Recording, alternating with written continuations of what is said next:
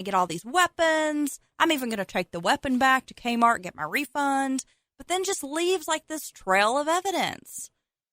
He's like the Hansel and Gretel of like murderers, right? He's going to leave his little trail of breadcrumbs. It makes you wonder how he pulled off these, if he did, allegedly, possibly, pull off these other two murders.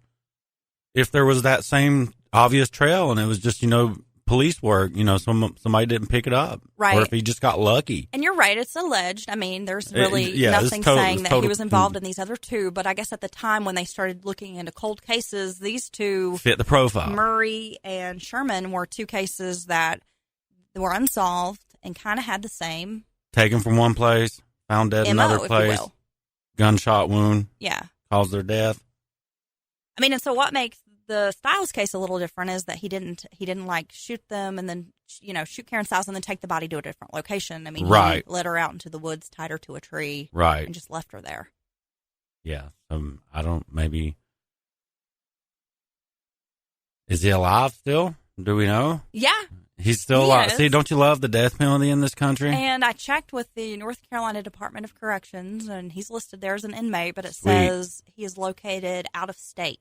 Oh, really? So he is in a, different facility, not in the state, prison system, which makes me think, okay, well, there were some federal charges, so he's probably in federal prison. He may be in federal custody. But just doing a quick search, I was not able to find exactly where he's being housed. That's amazing. I don't, you can be for or against the death penalty, but if it's going to be in place, I believe that, people shouldn't be allowed to make a life for themselves for 10 or 15 years after they receive said penalty. But that's what happens. So you lived in the area at the time, and you remember as well this case, right? Oh, yeah. The Karen Stiles. Yeah, it was a big deal. Very big deal. I actually, my cousin lives not very far from Bent Creek. So people were really freaked out. Yeah. And scared. And like you said, uneasy for a very long time after that.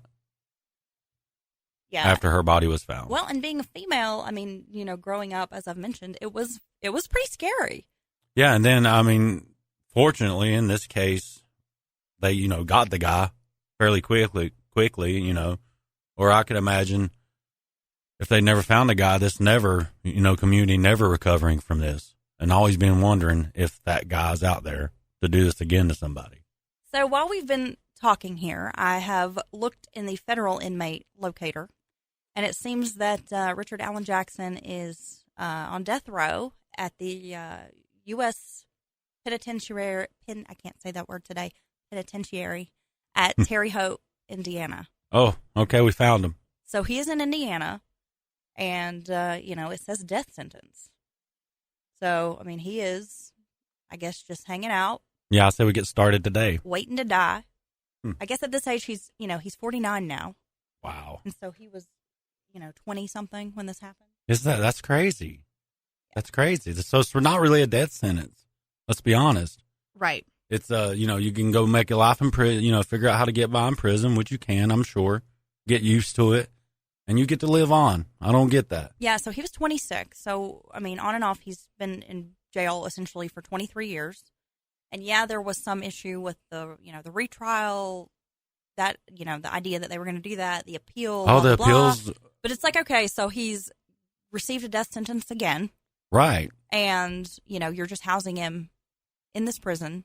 Yeah, we're taxpayer money. Are we just like State waiting for him to die or what? Yeah, I don't understand. Which of course that gets us into a whole argument about, the death penalty. That could be a whole nother show. It could be.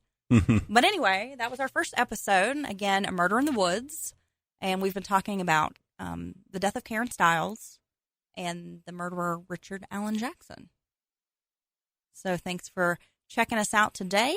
And we'll be back with more true crime right here from Western North Carolina, probably the next couple of days. Yeah, more mountain murders because there is a lot of them and it's seldom talked about nationally. So thanks, Dylan. Thank you.